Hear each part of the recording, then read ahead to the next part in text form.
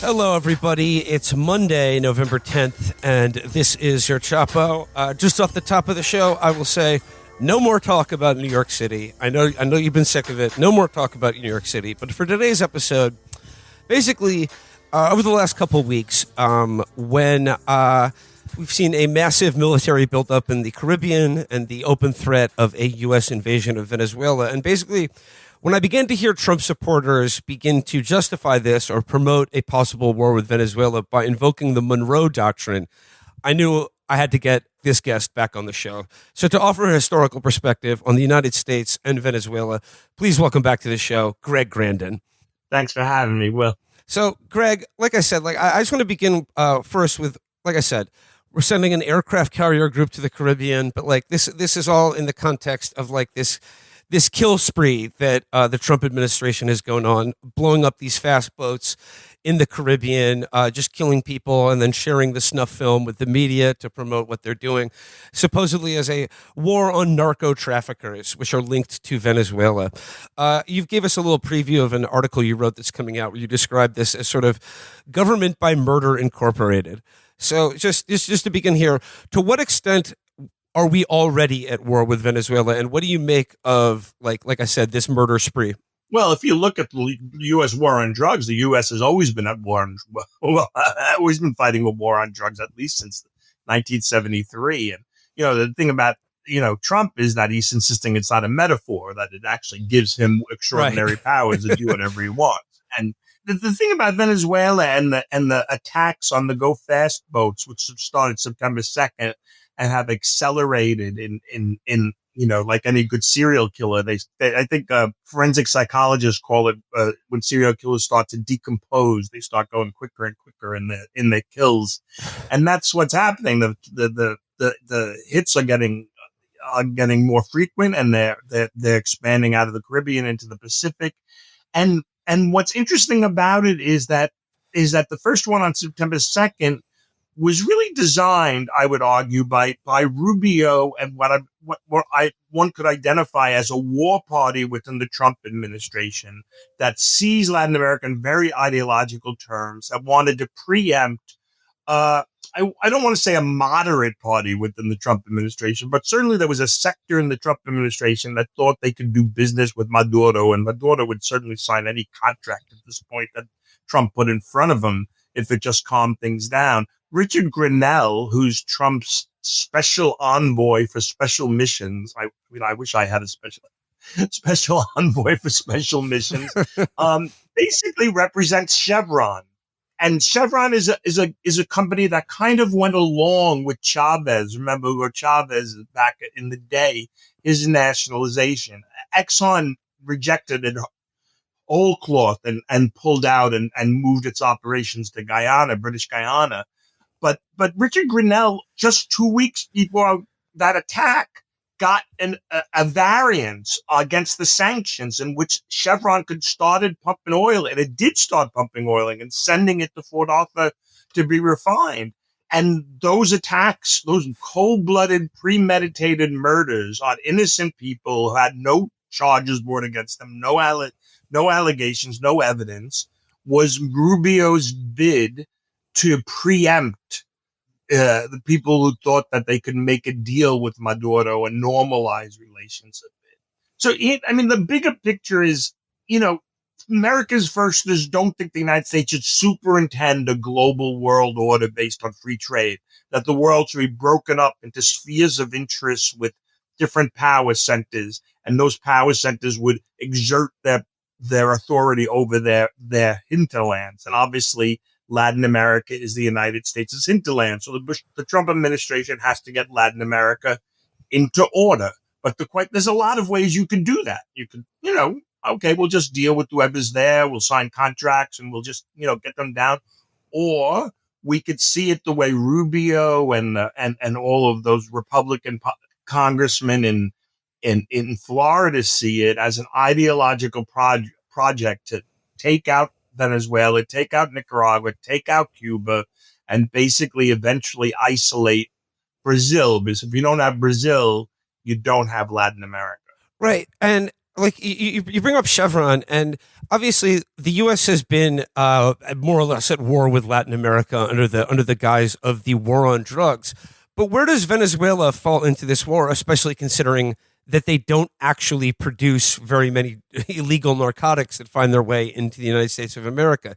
Is it just the oil, or is it like, as you just said, they could easily just sign contracts with Maduro to get the oil anyway? So, like, could you speak a little bit more on this broader ideological mission? Yeah, it's easy to say, the United States just wants oil, and it's true they do want the oil, but they could get it other ways, right? You could get it by there are other ways in which the United States can get Venezuela's oil. With that, but it is you can't separate interests out from ideology, right? Interests are always ideologically defined, and they basically want to put an end to Venezuela, and they want to put an end to Venezuela, I think, as the first step in bringing down Cuba. Cuba is the real prize, obviously, the real obsession, going back to Benjamin Franklin. But yeah, so Venezuela has a significant amount of oil, and the way it's actually playing out now is, there's a border dispute between Venezuela and Guyana, British Guyana, over, and there's a lot of heavy crude in that area. So Exxon is already starting to drill, and Chevron kind of wants in there. And so in some ways, foreign policy is being played out as a proxy between these two competing oil companies, who maybe on some abstract level have the same interests, but historically have been rivals, within that region, the northern South America. Like, is there a certain level of like institutional memory and score settling going on here? Like, it goes back to the Hugo Chavez era, and Hugo Chavez and Maduro's government. Like, how are they seen by policy planners in D.C.? Well, less D.C. than Florida, right? Yeah. Rubio's from southern Florida. And it's funny. Cuba has been a thing for over a century. They have the anti-Cuban revolution institutions have been built up and reinvigorated recently, but they're there. They exist. They're like lobby groups. The anti-Chavez, and of course Chavez is dead, to stipulate, but the anti-Chavez groups are more vocal, right? They're more hysterical in some ways. Not that Cuba really isn't ultimately, I think, the main prize, but they really think that Venezuela is on the cusp of collapse. I mean, I don't know if it is or isn't. As to your question about drugs, Venezuela produces very little drugs. It's always been a transshipment point from Colombia and from Bolivia. And most of those drugs anyway come in from the Pacific now, through Ecuador and up the Pacific coast, not through the Caribbean. There's certainly no fentanyl coming from Venezuela. And this has been going on for a long, long time. Venezuela is very, it produces very little drugs. And the idea, they've come up with this total fiction that the justification is that Venezuela doesn't have a state. It's being run by a drug cartel, the Cartel de los Soles, because the military has a sun, sole, on the soul, on insignia on the thing. At best, it's corruption. They look the other way. They probably take bribes. But the idea of describing the whole state as basically not a state, but a narco state is just pure fiction, pure manufacturing. You could say the same thing about El Salvador. You could certainly say the same thing about Ecuador. And you could have always said the same thing about Colombia when we were feeding billions of dollars into Colombia, which only served to make the problem worse. I've noticed that the Cartel of the Sun thing, that's been around in sort of like whatever you would call like the successors to the original neocons, the people who were media figures who were like very involved in, the Syrian opposition and Ukraine after that. In about 2014, that's when you started seeing the Cartel of the Sun stuff. And of course, like the reasoning that like the more like Trump aligned people use, that like the military and the cartel, they both use sun insignia. It's like fucking Nancy Drew reasoning. It's like how Nancy Drew solves the case. Yeah, Not there's really no like, doubt there's corruption, and there's no doubt there's Right. probably, just like in the United States. I mean, take a look at Fort Bragg. If you wanted to shut a country down, right. Well, no, that's the thing. It's the like Trump specific aspect of it, and they've done this with like a few countries that they targeted in Trump one. That it would usually end when Mnuchin or someone said, "Hey, I have money there." It's this idea that like if a country, if they export drugs at all, if one guy has ever sold drugs to an American there, it's a narco state.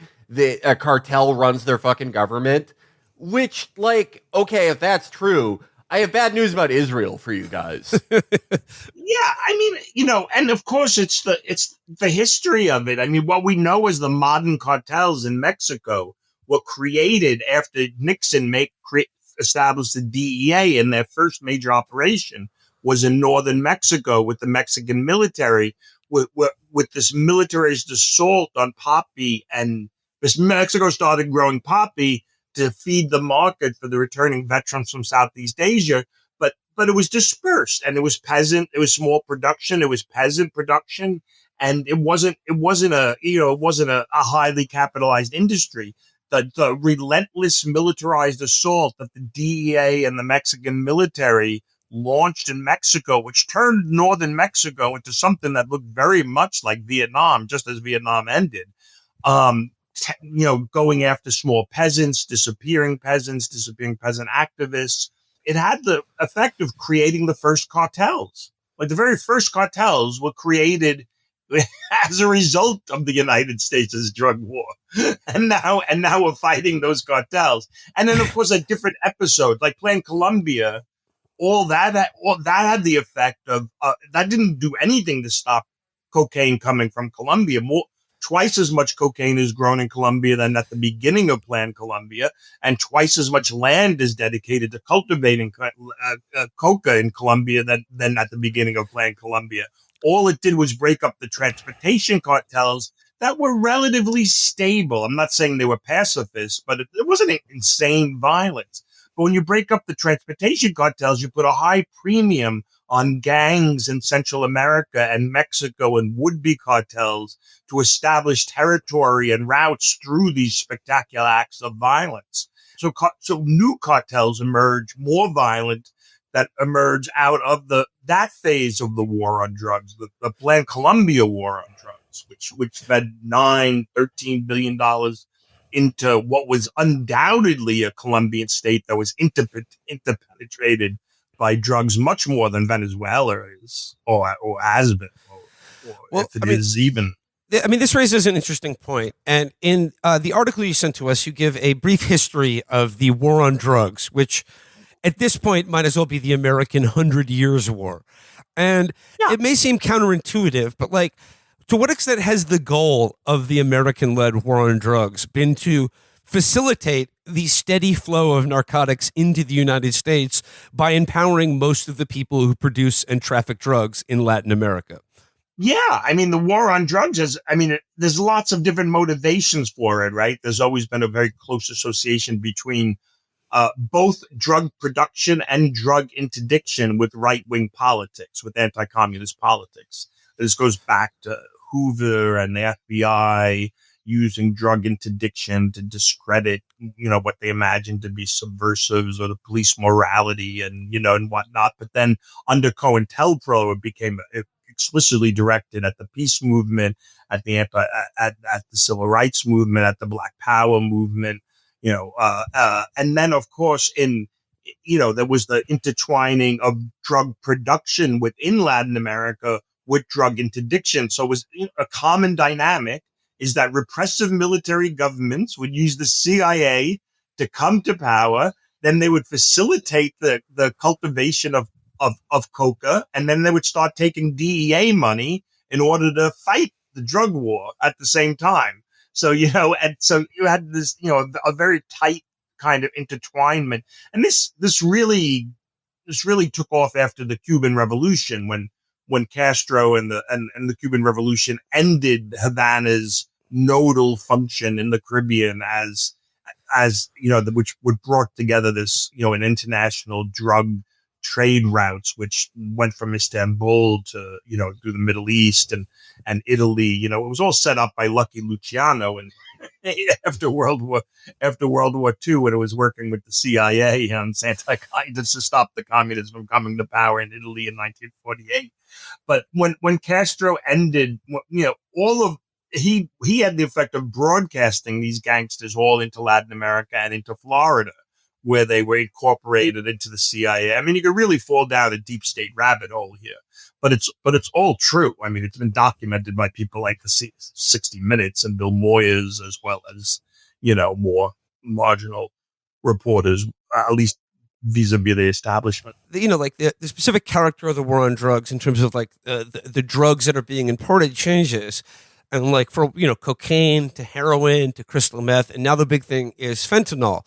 And opiate addiction obviously has led to a great amount of death in this country and a great amount of despair and demoralization as we see more and more communities succumb to the effects of it. Like, to what extent are these speedboat murders that are happening in the Caribbean kind of an attempt by the Trump administration to direct people's anger at what they regard as the killing of America by drug dealers, to sort of identify a target for it and say, look, we're doing something about it?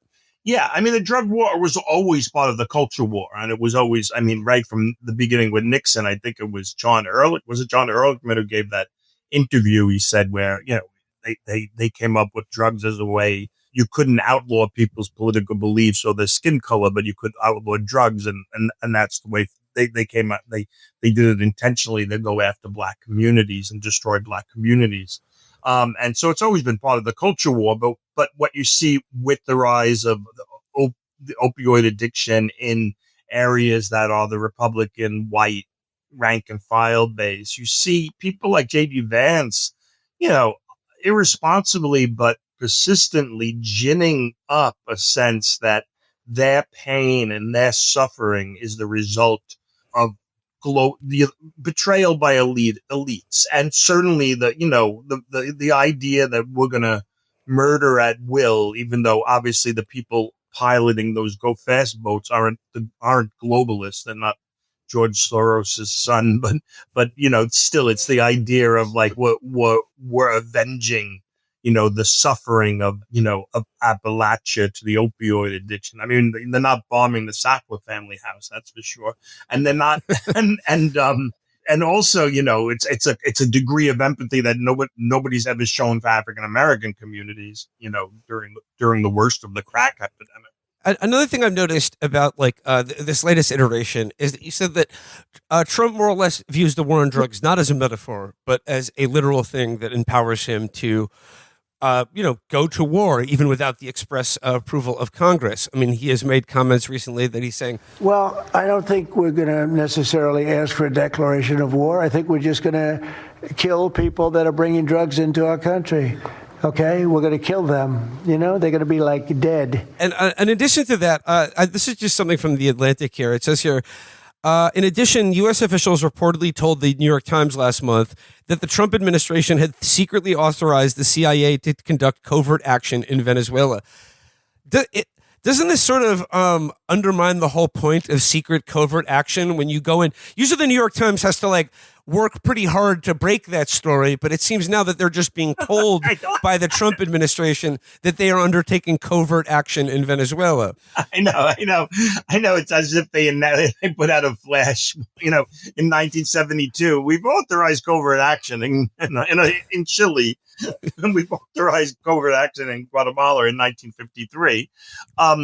No, I know it's all part of the spectacle of it, I think, and the attempt to build a legal case.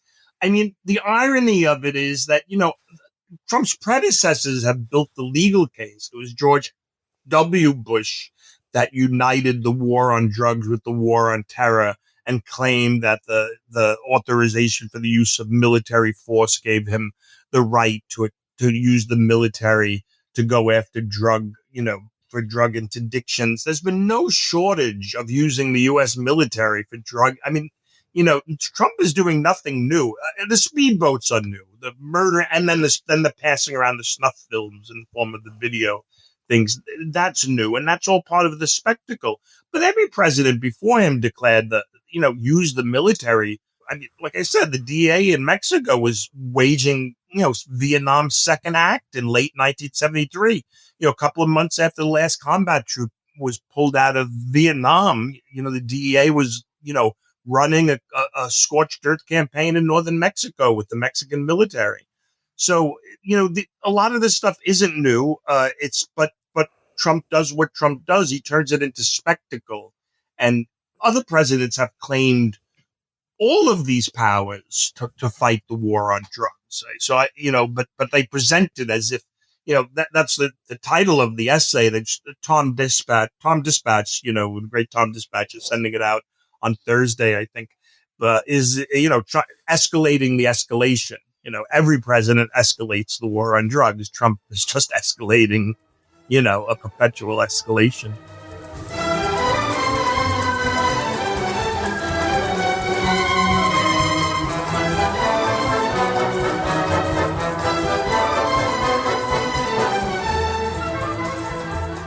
Going back to Venezuela and the Monroe Doctrine, as a historian, well, I mean, what do you think when you hear the Monroe Doctrine being invoked in the 21st century? Is this just once again stating out loud what's already been taking place for the last century or so? Yeah, or just when politicians or people in the media, they always refer to Central and South America as America's backyard, very euphemistically. Yeah. It's a big fucking backyard. Yeah. I mean, a quick history lesson. The Monroe Doctrine was proclaimed in 1823 by John Monroe in a State of the Union address, and really had to do with Latin America getting independence. And it's a very wordy, many clauses, complicated, contradictory statement that could be broken down into two parts. On the one part, it's an anti-colonial document. Europe keep out. No part of the Americas that have achieved independence are eligible for reconquest. Latin Americans liked that part. They thought that Monroe was affirming their own anti-colonialism. But then other parts of the doctrine claim that any event that happens within the Americas that has a bearing on U.S. interests, the U.S. has a right to take action. It didn't say it that clearly, but more or less it's something along those lines. And that's obviously the part of the Monroe Doctrine that deepened and became basically a standing universal police warrant for the United States to act at will. Monroe Doctrine basically became a symbol of mandatory power within an informal empire. And it was adopted by other countries. Other countries claimed they wanted their own Monroe Doctrine. Japan wanted a Monroe Doctrine for China after World War I. Britain wanted the Monroe Doctrine for Africa. Hitler claimed a Monroe Doctrine for Eastern Europe. It came to symbolize American power. It's especially important for American firsters. As we talked about earlier, harkening back to this idea that the world is now organized around a fractured sovereignty of superpowers or regional powers that are administering their spheres of influence. And the United States is getting Latin America in order, and hence the invocations of the Monroe Doctrine. And it's also a rhetorical thing that gets played out over and over again whenever whenever there's a president that is pulling back a little bit from direct intervention, people proclaim the Monroe Doctrine is over. During Chavez and Lula's first go round, there were multiple articles about how, the Monroe Doctrine is over. Latin America is now independent. Now we've snapped back to the Trump American firsters and nationalists. And now everybody's talking about the Monroe Doctrine as, in its interventionist form. When I see it being invoked, it's being invoked as a way by a kind of the America First and more nationalist part of Trump's base to sell to the American people, or to their supporters, the idea that the U.S. invading Venezuela, that's not like Iraq because it's in our hemisphere, and this is the Monroe Doctrine. It's based, it's cool, it's nationalist, but it's nothing that's exactly like the war in Iraq. That's exactly right. It is because despite the often use of the word isolationists were never isolationists in the United States. They were always in favor of intervention in Latin America.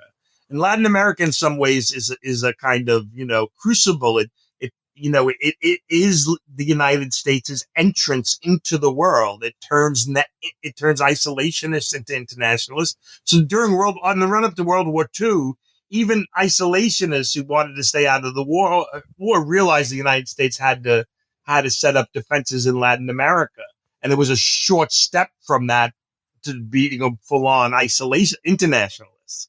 But it's a doctrine that's very much associated with the anti-internationalist wing of foreign policy, with the nationalist, chauvinist, American first wing, because they assume that Latin America belongs to the United States. And, this goes back to taking Texas, taking Mexico. It all gets deepened in the need to build a canal.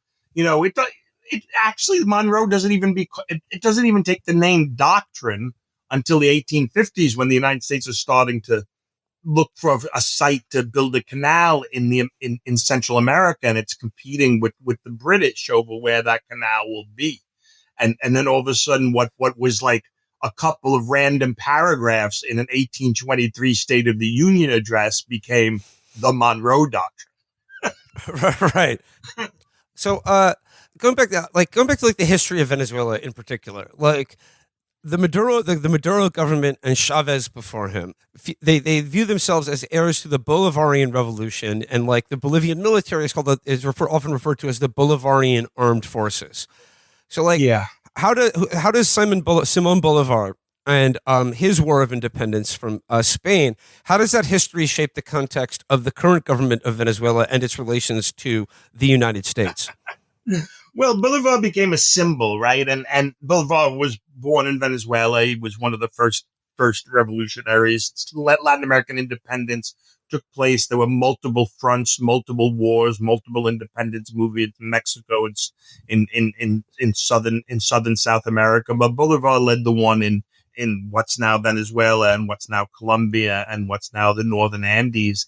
And he's associated with, finally driving the Spanish out. So he's a national hero in Venezuela and obviously a hero among Latin Americans in general. And Chavez, was very astute at invoking him as a kind of what I guess Ernesto Laclau would call an articulating principle, because you could bring a lot of different ideas into liberation theology, Marxism, socialism, a sense of a kind of larger nationalism. So, and there is this deep affection for Bolivar, just like there is for a certain kind of patriotism. So Chavez was very good at, and he wasn't the first one. There was always there was long a kind of opposition between Bolivarianism and Monroeism. The first was seen as more humanistic, more universal, more emancipatory. The other was seen as interventionist and imperialist and enslaving. And so, Chavez was tapping into that. What Chavez basically was doing was resurrecting a lot of ideas from the 1970s associated with dependency theory and the new international economic order, and the idea that you can use oil as a tax on the first world to subsidize solidarity in the third world and social programs. All of his programs, a lot of them had antecedents going back into the 70s. Chavez was unbelievably strategic. He had rhetorical hegemony. He had electoral hegemony for a long time. He, without doubt, won at least 13, well, I can't remember the numbers now, but 11 elections absolutely fairly. Without, the one election he lost to amend the Constitution, he accepted. He accepted. But, one could say he made a series of mistakes. Maybe he should have set up a sovereign wealth fund rather than just like spending the money. Like, he let everybody do whatever they wanted. He didn't, and the state was very, I mean, the state both collapsed and was also a kind of nucleus of reaction and special interest. So instead of like presiding over revolution and creating a new state with monopoly power over the borders and over violence and force and coercion, Chavez basically created all these parallel institutions. Well, we can't deal with the medical establishment. We'll just create medical missions. We can't deal with the universities. We'll just create a whole series of, other educational power. It was parallelism. It was, straight out building alternative things, except he didn't have to. Like, if he had, because there was so much money, and the money came largely because Chavez himself, along with the people who presided over his oil program, worked to revitalize OPEC, rebuild OPEC, and get control of the national oil company. And, oil was trading like at $7 a barrel when Chavez came into power, and at its height in 2008, it was like 5 or 6 times that. And it was largely because of what Venezuela was doing in trying to reorganize the world. It's little known that the United States' push for fracking and Obama's, when, Obama taking credit, I did that about all the oil he was pumping here and there and like turning the United States into a self-sufficient oil export. To a large degree, that was in response to Chavez. That was in response to Venezuela. And, Chavez dies in 2013 and he anoints Nicolas Maduro his successor, which might not have been, the best idea. He didn't have his charisma. Oil collapsed when he died, it went down to $13 a barrel. And, the United States began a full court press. And basically, Chavez socialized the bourgeoisie through those elections and through his rhetorical dominance of the public sphere. And he forced opposition parties to fight on his terrain. Or in all of those elections, they were basically promising to be better socialists than Chavez was by the end of his life. But then Chavez dies, Maduro wins the next election, but by a hair. And he doesn't have the tools or the skills to maintain the socialization, to maintain, the bourgeoisie's kind of, to keep, the way that Chavez did. He would have had to re-socialize his winning by so close re-emboldened the opposition and re-emboldened them to go on the offensive in a way that was it was no longer, we're going to be better redistributors, but than you are. We're like, we're going to get the country back that we had. It's been horrific. It's been catastrophic. Well, also, like, it's sort of a double-edged sword because, like, if oil is such a great source of wealth and power and you make your whole state about oil, well, then things get really dicey when global oil prices take a dip. And isn't that what happened with Venezuela? Yeah. I mean, like that's without doubt, Chavez was the last leftist, the last decent leftist, decent human being that could credibly think that they were going to use oil to fund an internationalist progressive program, and that is straight out of the 1970s. When oil prices started going up, the whole new international order thought they were going to make a public energy bank in which the profits from oil would go into that and allow poor countries to take out low interest loans in order to develop and also to so they can know how they can project what their energy costs would be over a decade, which is a central element of any kind of developmentalist project. But an energy bank isn't what happened. What happened was that Kissinger and Saudi Arabia and Iran before the revolution basically made a deal to, basically cycle petrodollars into New York and Bonn and London banks and recirculate them both to pay for arms deals and to keep the U.S. military industry afloat after Vietnam, but then also lent as loans to third world countries. So Chavez's using of oil was a kind of harkening back to this earlier moment of the new international economic order, but it was quixotic, and obviously, even setting aside climate change, it can't just happen in one country. but yeah, it was interesting, you know. And Maduro is just the kind of tail end of that is, you know, that we're living with the consequences. Well, I mean, like, obviously, like, Venezuela's been under sanctions for a long time. I mean, their economy has cratered. We often hear about the terrible deprivations caused by his government. But it does seem like Maduro, for better or worse, has used the wealth and power that he has to shore up Venezuela's considerable military. Now, you could say, like, maybe he should be spending that money on his own people, but given, you know, their tenuous position and the repeated coup attempts, I can't say I totally blame him, because it seems like, in spite of all of this, Venezuela still has a fairly strong and, importantly, loyal military. So, well, what do you think explains this? Well, I mean, I think that they got rich. I think they got powerful. I think that they relied more and more on the military rather than social movements. As you know, even when Chavez was alive during some of his early elections, I remember being in some of the popular barrios, and they were like, okay, now that this election is won, you know, now the real revolution begins. We're going to, like, create this. And of course, it never actually truly happened because of, I guess, you know, the geopolitics of having to rely on a strong military when you're surrounded. I mean, at the time, Colombia was a hostile state, you know, and pressing in on Venezuela.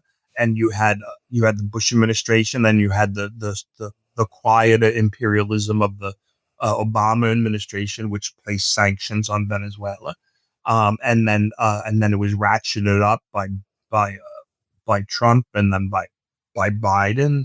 It does enormous damage. So there is this sense that, yeah, of course, anybody who knows anything about Latin America knows that you may be called on to defend yourself or to just give up, right? I mean, and if you have to defend yourself, make sure that your officers are, I don't know, well taken care of. Well taken care of, but also was part of the, you know, the fact that, you know, everybody was getting to do what they want. The peasants were, you know, building the cooperatives, the workers were organizing, you know, people were doing this and good people were doing that, and then the military was, like, making money, and the Bolivarian bourgeoisie was making money. A whole new middle class emerged.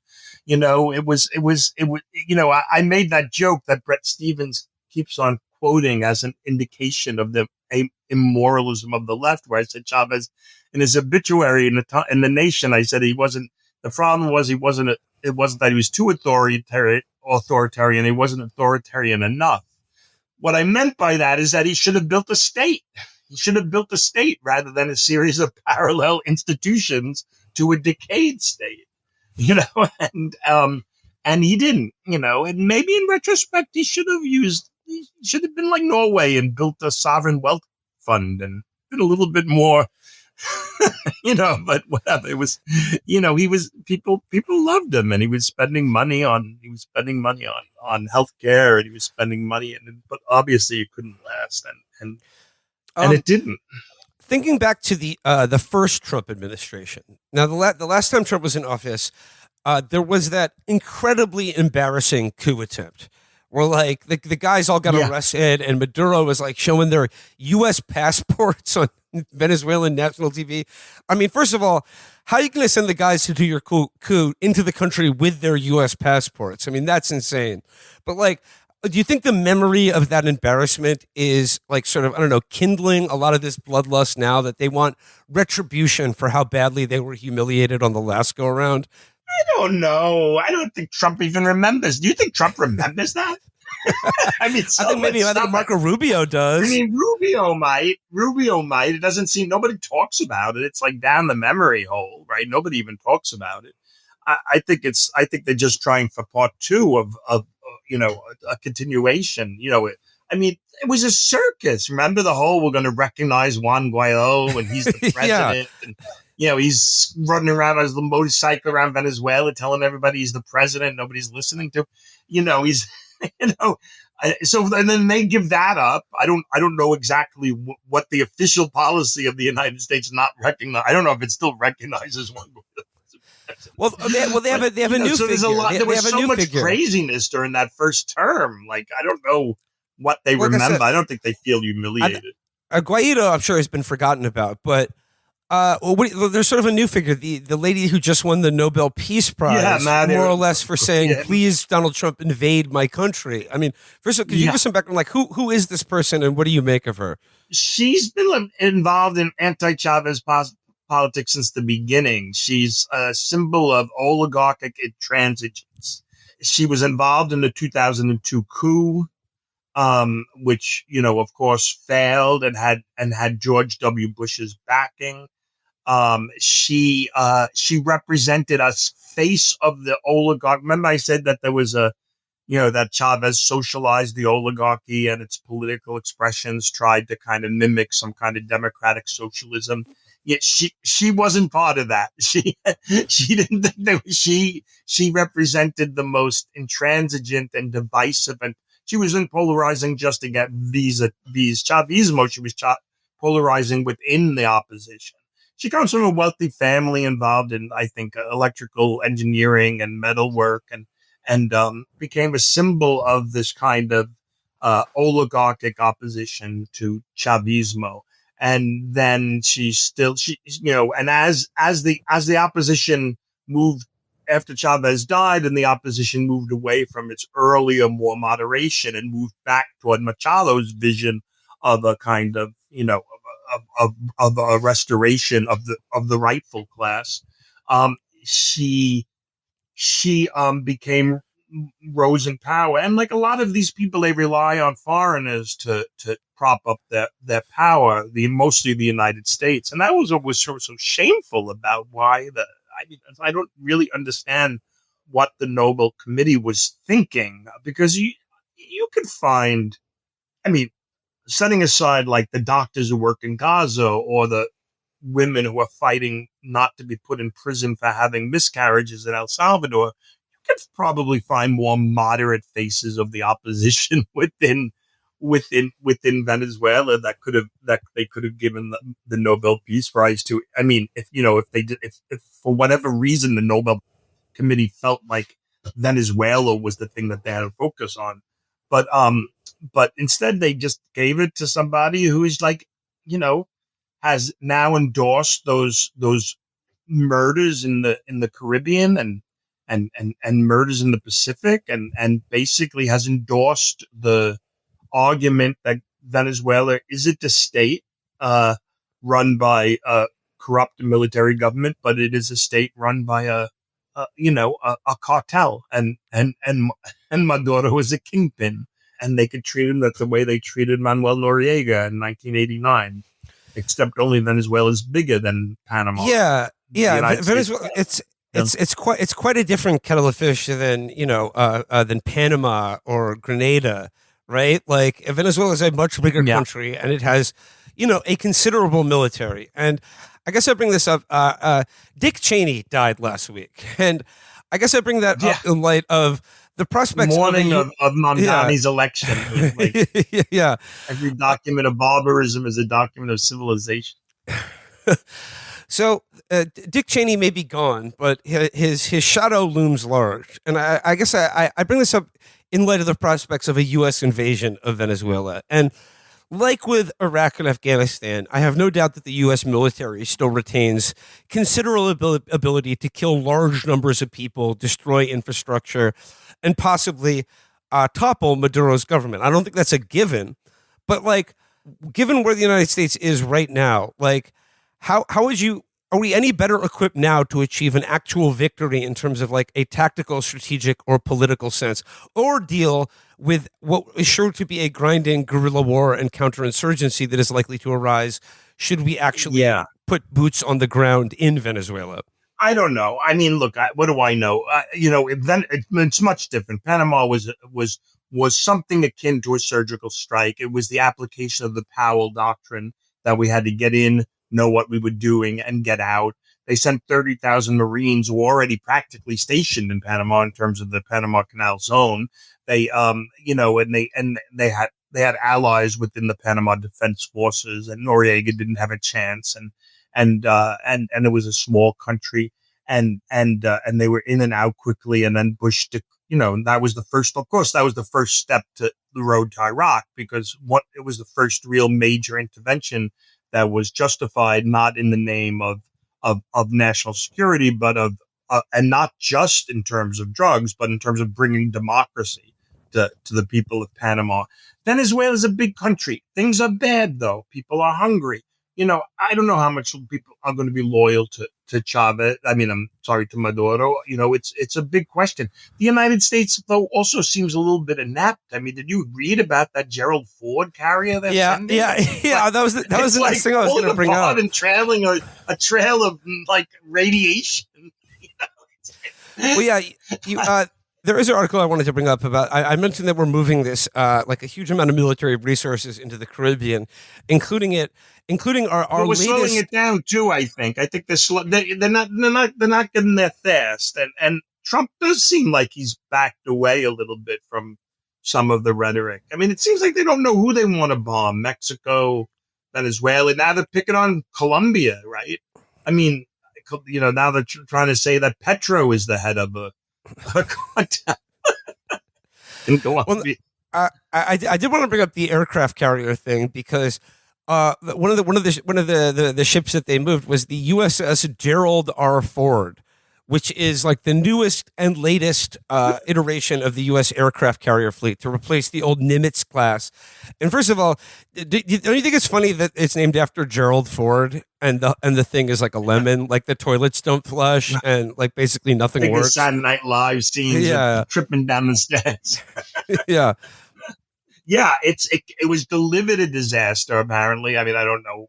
I'm not a mechanical engineer, but the systems failures were big on every level, from the weapon system to the radar to, I guess, the nuclear fusion that powers it.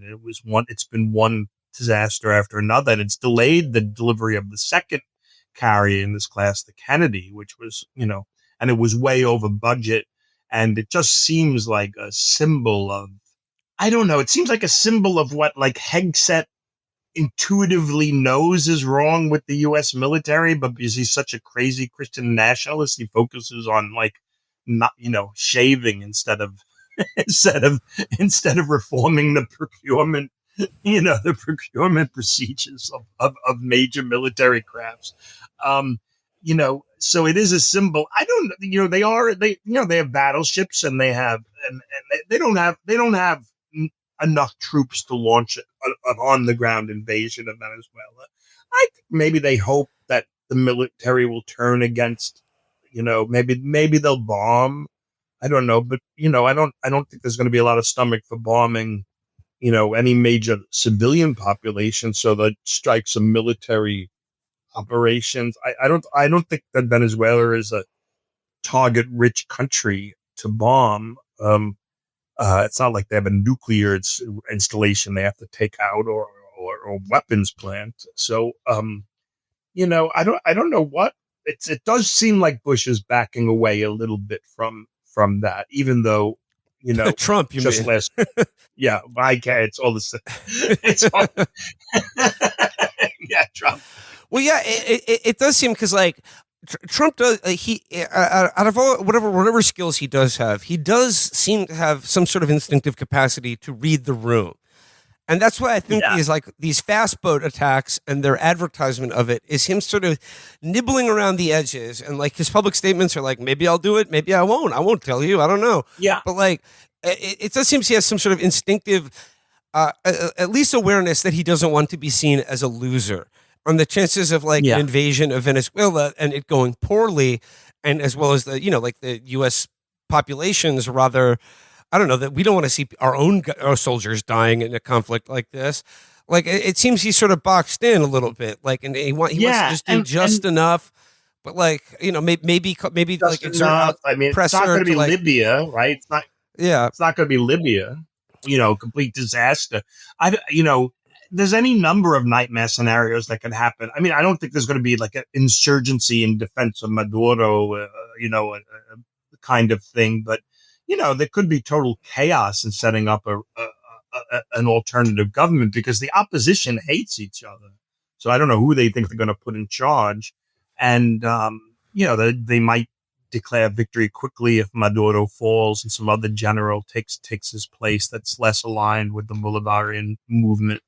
but yeah, maybe they'll just continue to kill fishermen in the Caribbean and the Pacific. Those boats weren't coming from Venezuela to the United States. They can't make it across the Caribbean. They were going to Trinidad. They couldn't get to Florida from where they were No, they were going to from. Trinidad, Yeah. and they were probably carrying migrants. And I mean, Trump obviously, like you're saying, Trump obviously likes the show of dominance, and he likes to be able to kill people. How dominant is it to use the U.S. Navy to blow up like a couple speedboats? Like isn't this just like rather than a demonstration of dominion? Isn't this just kind of like if this is what we're advertising to the world, is like the U.S. military has the capability of blowing up a boat. Like one, I mean, it's like relatively the logic small of boat. Gaza, and it's on a smaller scale, affirming the logic of Gaza: impunity, asymmetrical power, no accountability. But also, again, it was the very it is Trump, but it's also Rubio, and it was Rubio's bid to preempt, the moderates, who seemed like Richard Grenell, who's also an American first. He's an ideologue. He's a Trump supporter, but he wants to make deals with Maduro on behalf of Chevron, and Rubio, really sees Latin America in more ideological terms. He wants, and now that Milei has won his congressional election, and this election coming up in Chile, it seems like an old Pinochet supporter, Miguel Castro, is going to win because, a communist, I can't remember her first name, but last name is Hara, is running for the left. She won the left primary, and she's the most popular single politician. But there's two right-wing politicians in Chile, and once it goes to a second round, so they'll have Chile, they'll have Argentina. Rubio wants Venezuela, Nicaragua, and Cuba, and of course they have El Salvador and they have Ecuador, but like I said, they don't have their sphere of influence organized if they still have Lula. And like you said, they don't have Brazil, which is the mega. That's the big one, especially Brazil under Lula. Who beat back Bolsonaro and beat back Trump's attempt to stop the prosecution of Bolsonaro, right? All of those coup plotters are in jail, and they beat back Musk's attempt to somehow present keeping fascists off of Rumble is a violation of free speech. For some reason, Glenn Greenwald, who's good on a lot of things, is a little out of his mind on that topic when it comes to Brazil. And so they don't have Brazil, but not only do they have Brazil, they don't have Brazil, and Brazil's led by Lula, who is organizing the BRICS, right? He's a symbol of, an attempt to build an international back check against Trumpism and the tariffs and the power of the dollar, and all of that. And they don't have Mexico, right? And Mexico and Brazil are Latin America's two major economies. My last question for you is, like, I guess from a domestic political perspective, like, Trump is more or less openly threatening to go to war with Venezuela, and also Nigeria too has been added into this. He's going to protect Christians in Nigeria.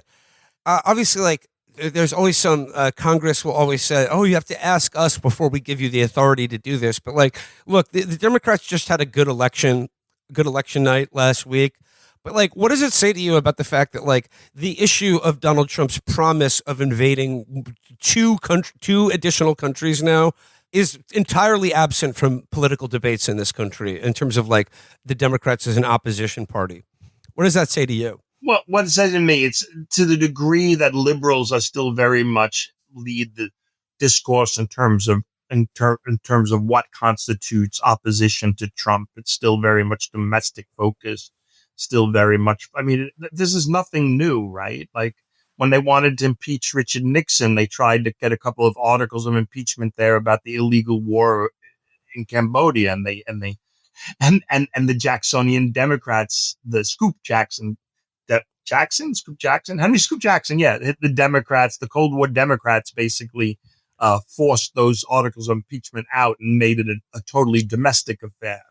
It's nothing new. It goes back. Foreign policy it's the insanity of the United States, the schizophrenia that the United States is totally structured by its foreign power, its ability to project outward, where so many times hegemony, a conception of how the world works and how it should work, is forged in foreign policy and forged in expansion and creating markets and wars. And yet when it comes to domestic politics, nobody ever thinks about those things because, there's so, because there's so much crap to deal with at home.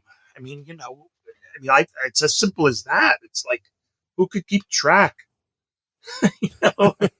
Sure, let's throw opposition to a war in Venezuela into the mix. But, you'd have to have a conception of the United States that's different than most people have.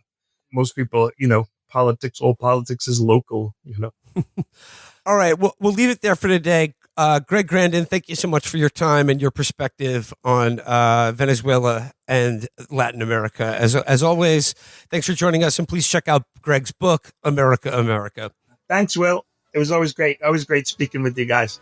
All right, everybody. That does it for today.